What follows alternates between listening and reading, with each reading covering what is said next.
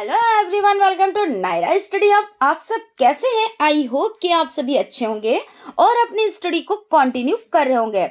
Friends, आज का जो लेक्चर हो जाता है वो आप लोगों का देखिए बाल विकास और सीखने की प्रक्रिया जो आपका सब्जेक्ट है इससे हो जाता है। और इसमें अगर लेसन की बात की जाए तो आपका बाल विकास हो जाता है। इसमें हमने कई अवस्थाओं को कंप्लीट किया, यानी आपकी देखिए सबसे पहले हम लोगों ने जो स्टार्टिंग में पढ़ा वो हो जाता है आपका शेषवावस्था। शेषवावस्था जो होती है वो कौन सी अवस्था होती है? तो शेषवावस्था आपकी हो जाती है जन्म से 5 वर्ष तक। कब तक हो जाती है? तो जन्म से 5 वर्ष तक हो जाती है। उसके बाद कंप्लीट किया बाल्यावस्था को। क्या किया? तो बाल्यावस्था को कंप्लीट किया। और बाल्यावस्था कब से कब तक होती है? तो बाल्यावस्था होती है आपकी हो जाती है 6 से 12 वर्ष तक। 6 से 12 वर्ष तक। उसके बाद आपकी जो किशोर अवस्था आती है ये कब से कब तक रहती है?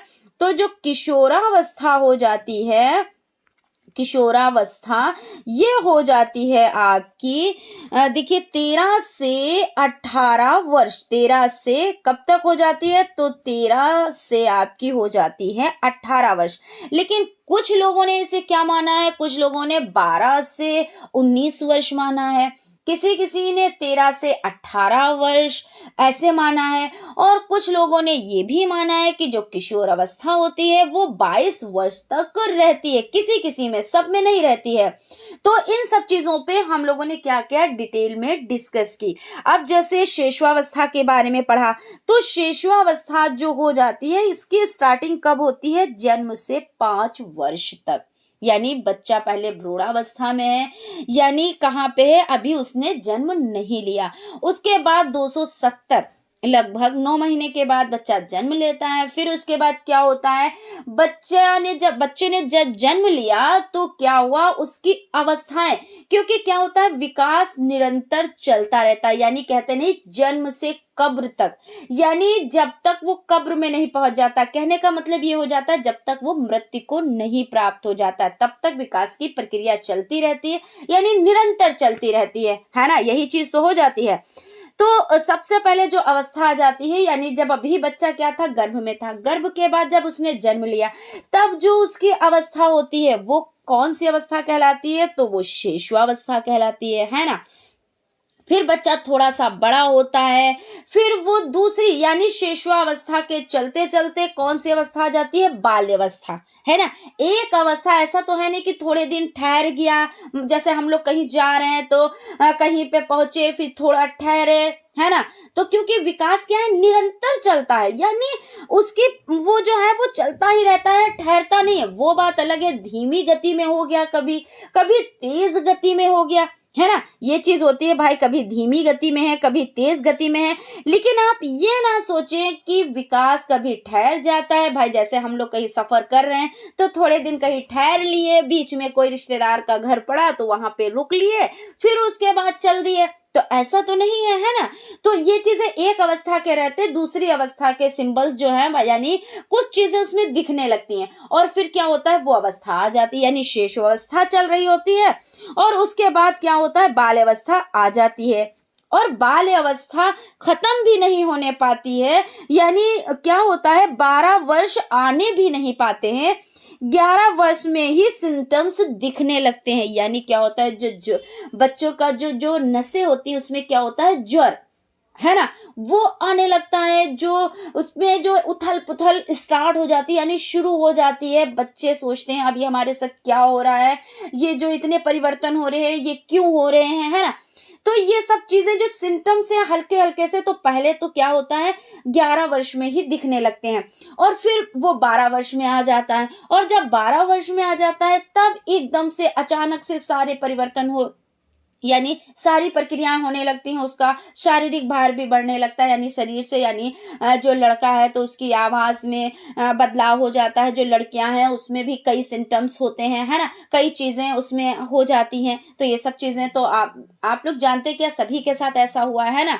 तो यहाँ पे ये चीज हो जाती है और इसके बाद यहाँ पे हो जाती, तो यहाँ पे ये सब चीजें हो जाती हैं, यानी कहने का मतलब यहाँ पे ये हो जाता है कि एक अवस्था के चलते चलते, यानी एक अवस्था चल ही रही होती है और दूसरी अवस्था के सिम्टम्स दिखने लगते हैं और दूसरी अवस्था आ जाती है और उसमें से वो निकल भी नहीं बच्चा पाता है और तीसरी अवस्था आ जाती है। तो इस तरह से क्या होता है, जो ये विकास की प्रक्रिया है वो क्या होती है, वो निरंतर चलती रहती है, यानी जन्म से मृत्यु तक, या आप कह लें कि जन्म से कब्र तक की अवस्था जो होती है वो निरंतर चलती रहती है। विकास की प्रक्रिया क्या होती है, निरंतर चलती रहती है। और सभी में ये चीजें होती हैं कि बच्चे ने पहले क्या किया, पहले बच्चा भ्रूण में आया, फिर उसके बाद बच्चे ने जन्म लिया, जन्म लेने के बाद वो शिशुअवस्था में आया, बाल अवस्था में आया, किशोर अवस्था में आया, वृद्धावस्था में आया, और यानी प्रौढ़ावस्था में आया, फिर वृद्धावस्था में आया, यानी फिर उसका चैप्टर क्लोज। यही तो होता है ना, सभी के साथ यही होता है।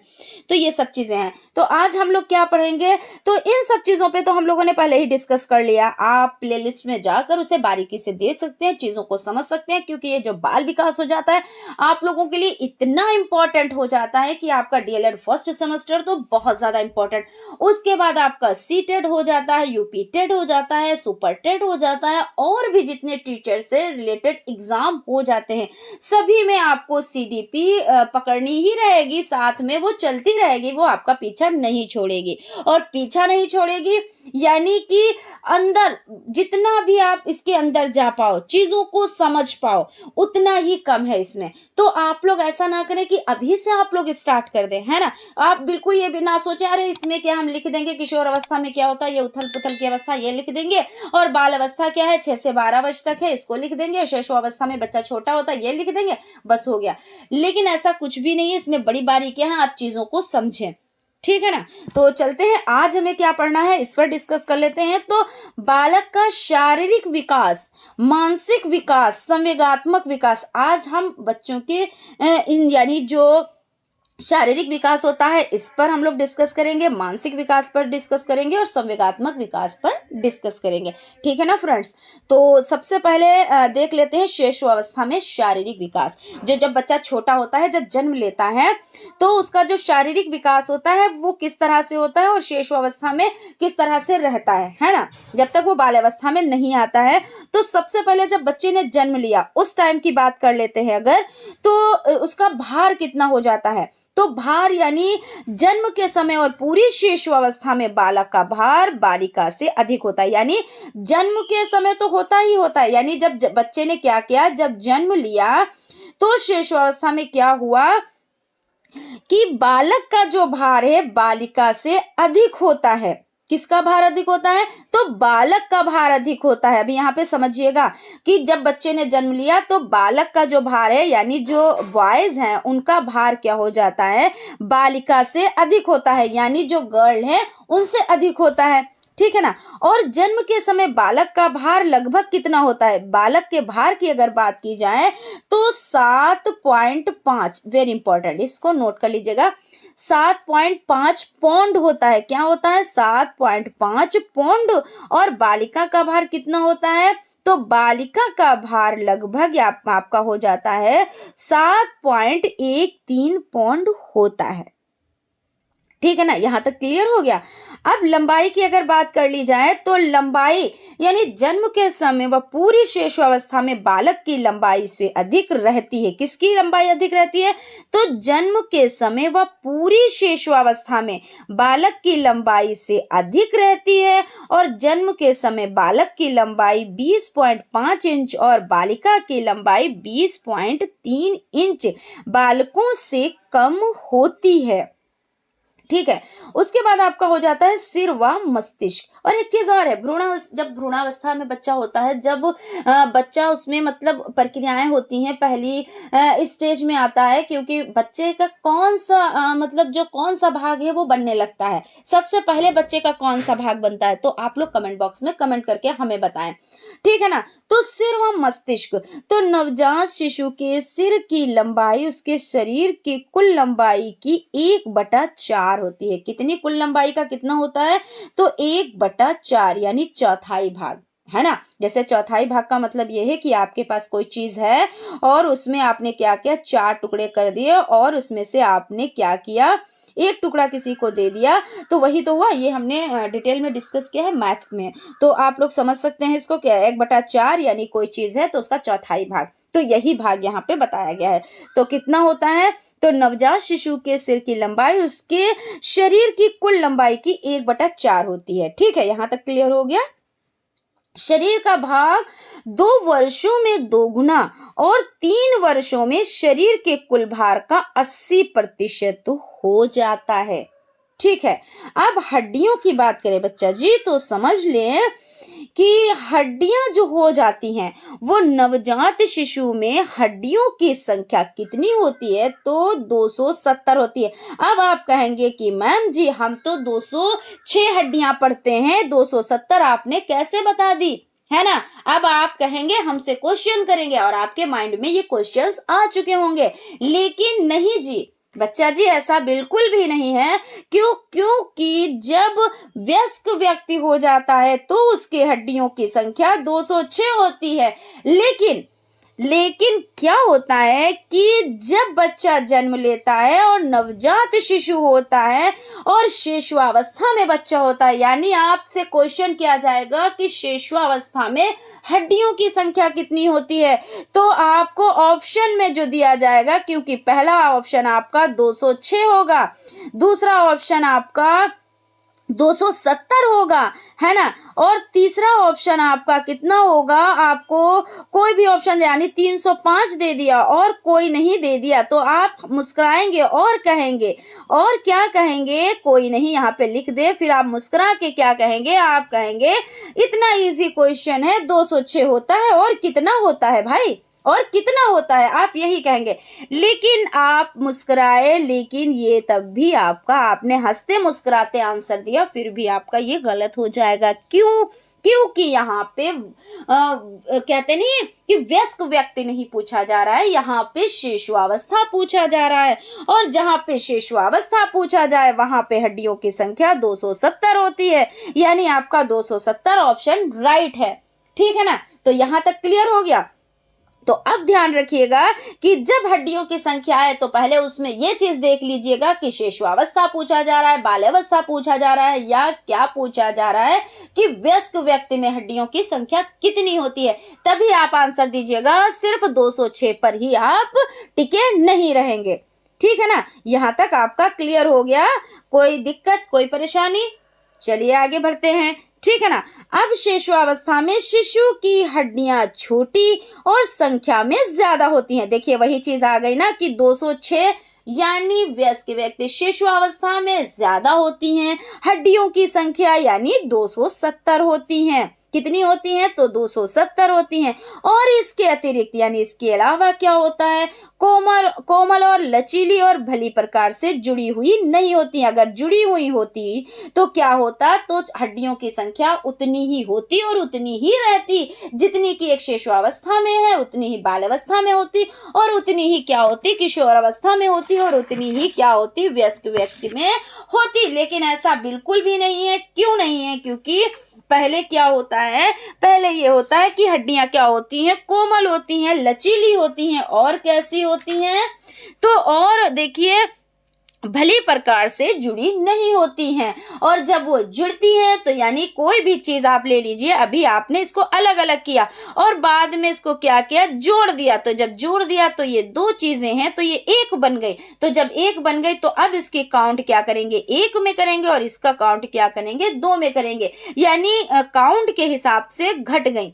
यही तो हुआ ना, तो यहाँ पे ये हो जाता है। फिर क्या होता है, धीरे धीरे हड्डियां कैल्शियम, फास्फेट, खनिज पदार्थों की सहायता से दिन प्रतिदिन कड़ी होती चली जाती हैं। बिल्कुल सही है। आप छोटे बच्चे को देखें, आपके घर में भी छोटे बच्चे होंगे, आपने देखा है, और इस स्टेज से हम लोग भी गुजरे हैं, है ना। और अब जब छोटे बच्चों को देखो तो ये होता है कि हम लोग भी ऐसे ही थे, यही तो होता है ना।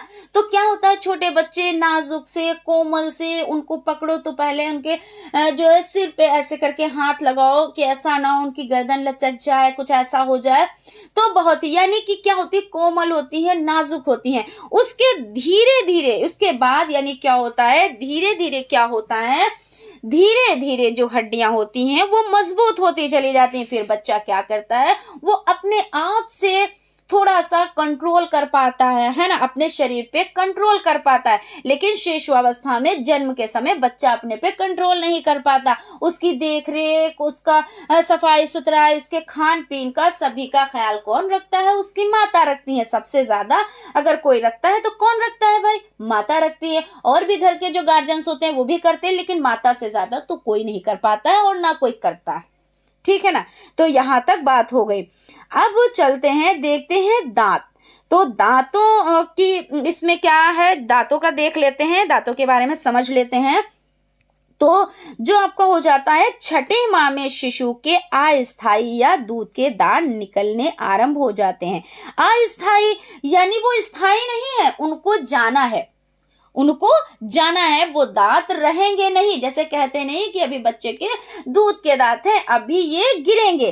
क्या करेंगे, अभी जो ये दांत हैं ये क्या होंगे, अभी ये गिरेंगे और उसके बाद जब नए दांत निकलेंगे, जब नए दांत निकलेंगे तब वो दांत रहेंगे। और स्थायी का मतलब वो लंबे समय तक चलेंगे। और अगर स्थायी दांत किसी के बाई चांस ऐसा होता है, कोई प्रॉब्लम आ गई और दांत वो नहीं रहे या एक दो दांत नहीं रहे, तो क्या होता है, फिर दांत नहीं निकलते हैं दूसरे, है ना, स्थायी दांत की। लेकिन जो अस्थायी दांत होते हैं तो उनका क्या होता है काम, वो आते हैं और फिर वो चले जाते हैं। इसीलिए तो उनको दूध के दांत क्या कहते हैं, तो उनको दूध के दांत कहते हैं। और वो दांत कैसे होते हैं, वो दांत आपके होते हैं अस्थायी दांत होते हैं।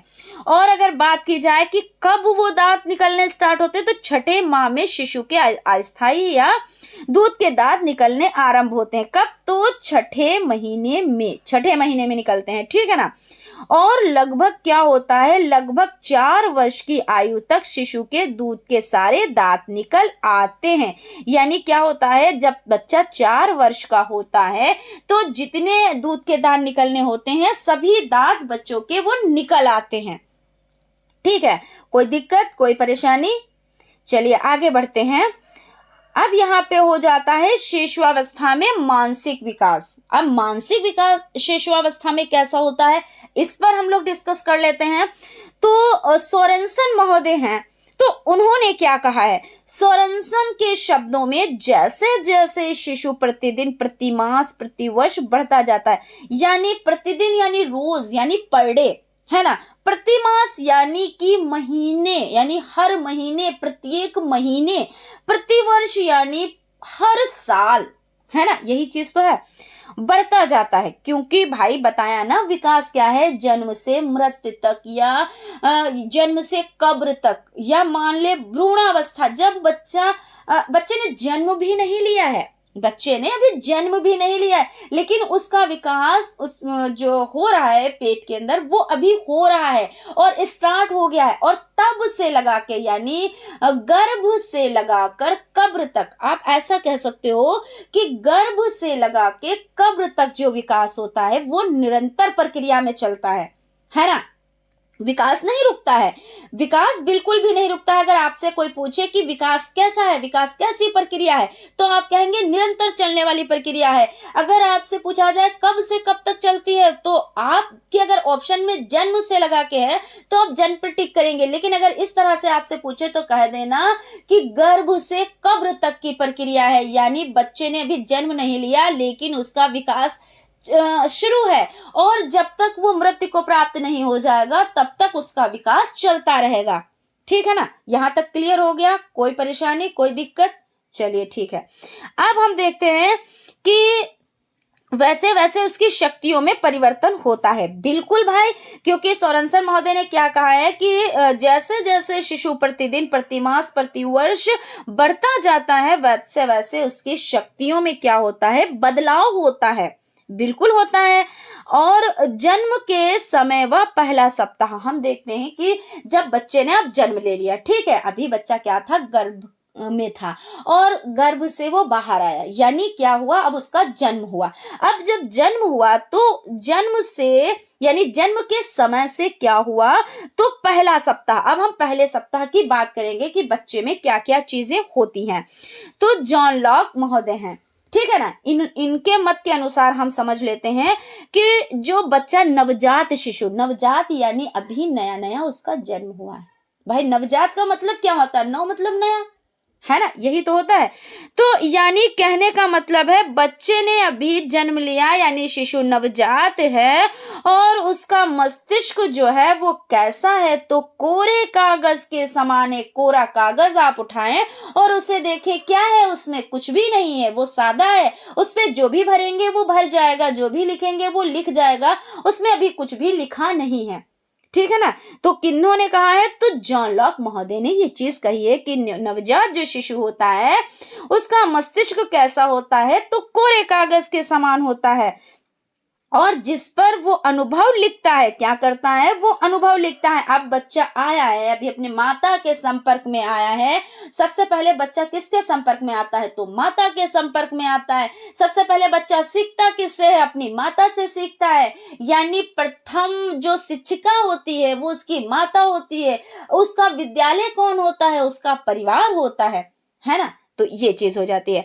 तो अब क्या है, अब उस बच्चे ने क्या किया, अब वो अनुभव सीख रहा है और फिर भी शिशु जन्म के समय से ही कुछ कार्य जानता है। जैसे कौन कौन से वो कार्य जानता है, ऐसा तो नहीं है वो पढ़ाई करना जान रहा है, ऐसा तो नहीं। अभी बच्चे का कौन सा सप्ताह चल रहा है, पहला सप्ताह चल रहा है। पहला सप्ताह यानी जन्म के 7 दिन के बीच की हम बात कर रहे हैं। भाई पहले सप्ताह यानी जिस दिन उसका जन्म हुआ उसके 7 दिन बीच की हम बात कर रहे हैं। तो बच्चा कौन सा काम कर लेगा, क्या वो पढ़ाई कर लेगा या वो बाहर जाकर ऑफिस संभालेगा, ऐसा तो कुछ नहीं है। उसके कुछ काम है जो वो काम सीख जाता है। कौन कौन से काम वो सीखता है, जैसे उसका छींकना हो गया। अब बच्चे को सिखाया तो नहीं जाता है, अब बच्चे को ये तो नहीं है, बच्चे को सिखाया तो नहीं जाता कि बच्चा ऐसे छींको या हिचकी लेना। अब बच्चे को ये भी नहीं सिखाया जाता कि बच्चा हिचकी लो, है ना। और दूध पीना, हाथ पैर हिलाना, आराम ना मिलने पर रोककर कष्ट प्रकट करना। बच्चे को क्या होता है कि वो हिचकी ले रहा है, ठीक है ना, और छींक रहा है। और दूध कैसे पीता है, जब उसको भूख लगती है तो बच्चा क्या करता है, रोता है। जब रोता है तब उसको खाने को मिलता है। पानी उसको कब मिलता है, जब वो रोता है, यही तो है ना। और फिर बच्चा अभी क्या है, पहले सप्ताह में है, तो ये सब प्रक्रियाएं वो क्या करना सीख जाता है, वो सीख गया, है ना। बच्चा क्या है, वो सीख गया और इन कार्यों को वो करना सीख गया। कैसे सीख गया, क्योंकि वो किस तरह से उसने अनुभव लिया, ठीक है ना, और वो चीजों को क्या कर गया, वो गया सीख। अब उसके बाद दूसरा सप्ताह, यानी दूसरे सप्ताह का मतलब है अभी जन्म से 7 दिन हुए, अब जन्म से 14 दिन की बात हम कर रहे हैं, लेकिन दूसरे सप्ताह की बात कर रहे हैं, यानी 7 से 14वें दिन इसकी हम बात कर रहे हैं। तो इसमें क्या हुआ, शिशु प्रकाश, चमकीली और बड़े आकार की वस्तुओं को ध्यान से देखता है। आपने देखा होगा छोटे बच्चों को, जिधर रोशनी होगी उधर ही वो देखा करता है, जहां पे कोई प्रकाश है उधर ही वो देखा करता है, ठीक है ना। ये कब की बात हो गई, तो ये दूसरे सप्ताह की बात हो गई। आप लोग याद रखिएगा, यानी पहले सप्ताह में वो क्या सीखता है, पहले सप्ताह में वो रोना सीख जाता है, हिचकी लेना सीख जाता है और छींकना सीख जाता है, हाथ पैर हिलाना सीख जाता है। लेकिन दूसरे सप्ताह में क्या सीख जाता है, जैसे वो दूसरे सप्ताह में वो जो चमकीली वस्तुएं होती हैं, बड़े आकार की वस्तुओं को क्या करता है, वो ध्यान से देखने लगता है। अब पहले माह की हम बात कर लेते हैं, यानी कि पहले महीने की। अब बच्चे ने जन्म लिया, अब उसका जो है फर्स्ट वीक की हमने बात कर ली, फर्स्ट और सेकंड वीक की हमने बात कर ली, लेकिन अब बात करेंगे फर्स्ट मंथ की हम बात करेंगे। तो इसमें जो हो जाता है, शिशु आवाज सुनने के लिए सिर घुमाता है और वस्तुओं को अधिक ध्यान से देखता है।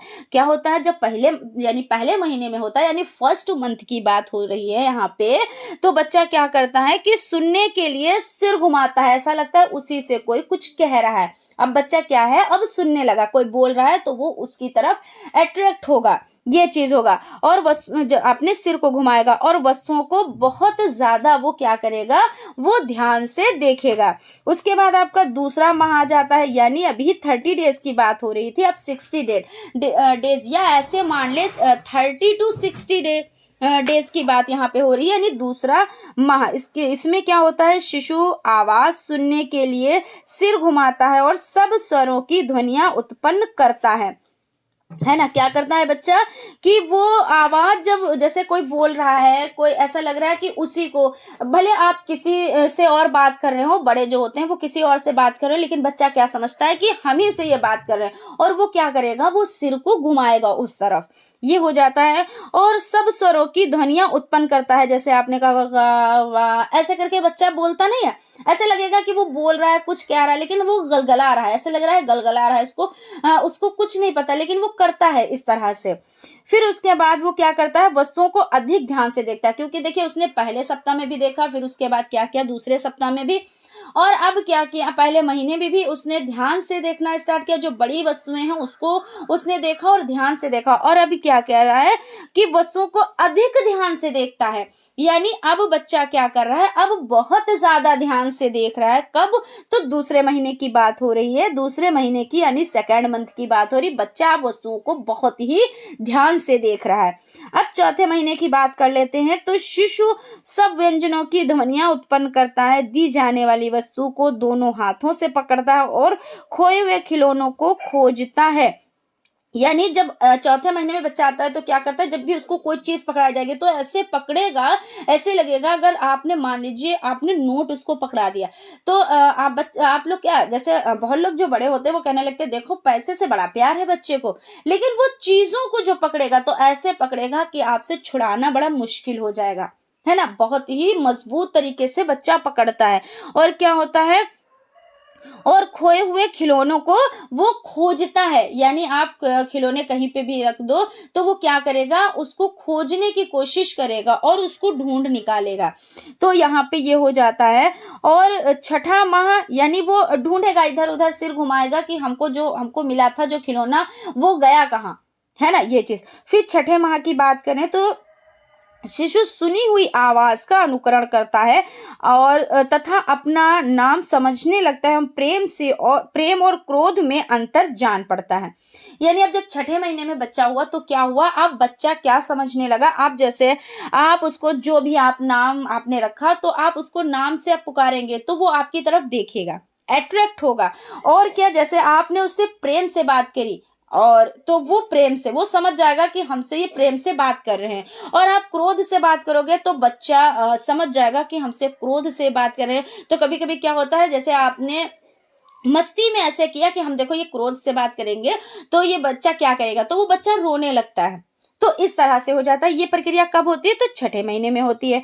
फिर आठवें महीने की बात कर ले तो शिशु अपनी पसंद का खिलौना चाटता है और दूसरे बच्चों के साथ खेलने में आनंद लेता है। ये कब की बात है, तो ये आठवें महीने की बात है, ठीक है ना। अब बच्चा क्या कर रहा है, जो उसको वैसे आपने कोई खिलौना पकड़ा दिया, उसको उसने खेल लिया, लेकिन अब क्या है, अब वो अपनी पसंद का खिलौना लेगा और क्या करेगा कि बच्चों के साथ और भी उसके जो जैसे छोटे उसके एज के बच्चे हैं तो उनके साथ वो खेलने के लिए क्या करता है, उनमें खेलने के लिए वो तैयार हो जाता है। और बच्चों के साथ खेलना उसको क्या होता है, तो पसंद होता है, उसको अच्छा लगता है, ठीक है ना। तो यहाँ तक चीजें क्लियर हो गई, कहीं पे कोई डाउट तो नहीं है।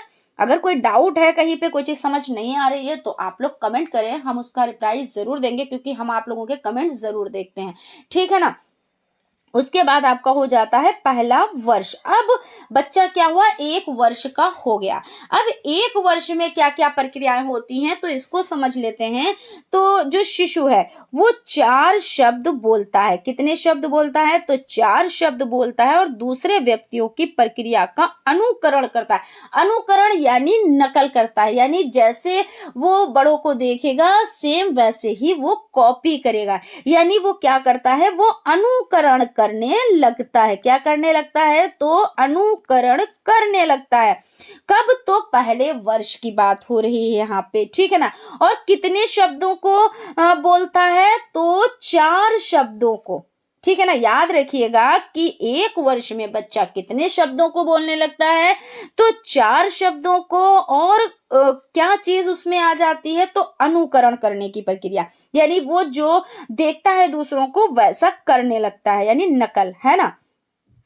उसके बाद आपका हो जाता है दूसरा वर्ष। तो अब दूसरे वर्ष में बच्चा क्या करता है, तो शिशु 2 शब्दों के वाक्यों का प्रयोग करता है। वर्ष के अंत में उसके पास 100 से 200 शब्दों तक का भंडार हो जाता है। अब कितने शब्द, जैसे शिशु 2 शब्दों के वाक्य, जैसे पापा, मामा, चाचा, ऐसे करता नहीं। और बच्चा ऐसे भी करता है, पापा पापा पापा, मामा मामा मामा करेगा, और उसके बाद खूब तेज से अपने आप से हंसेगा कि देखो हमने कह लिया, हम बोल लिए। इस तरह से तो बच्चा करता है ना। यानी क्या करता है कि बच्चा एक बोलेगा वही, यानी 2 शब्दों के वाक्यों को बोलेगा। 2 शब्द में पापा पापा पापा, जैसे कहते हैं ना बेटा बोलो पापा, तो वो पापा बोलेगा, फिर पापा पापा पापा करके और खूब जोरों से हंसेगा। तो ये सब चीजें हो जाती हैं। तो उसके पास अब कितना यानी भंडार हो गया शब्दों का, तो उसके पास 100 से 200 शब्दों तक का भंडार हो जाता है।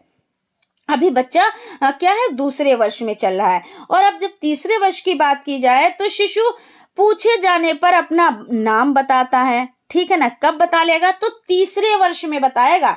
ठीक है ना। तीसरे वर्ष में वो अपना नाम बता लेगा और सीधी या लंबी रेखा देखकर वैसी ही रेखा खींचने का प्रयत्न करता है। अब आपने देखा होगा छोटे बच्चे इस एज में जो होते हैं, जैसे 3 वर्ष के बच्चे हैं, तो वो क्या करेंगे, आपके यहाँ फर्श है, टाइल है, ठीक है ना, उस पे क्या करेगा, चौक लेगा या कोई कलर मिल गया तो वो इस तरह से लाइनें वगैरह खींचेगा। उसको खुद नहीं मालूम वो क्या बना रहा है, लेकिन वो अपने हिसाब से कुछ भी वो बना रहा है। ठीक है ना।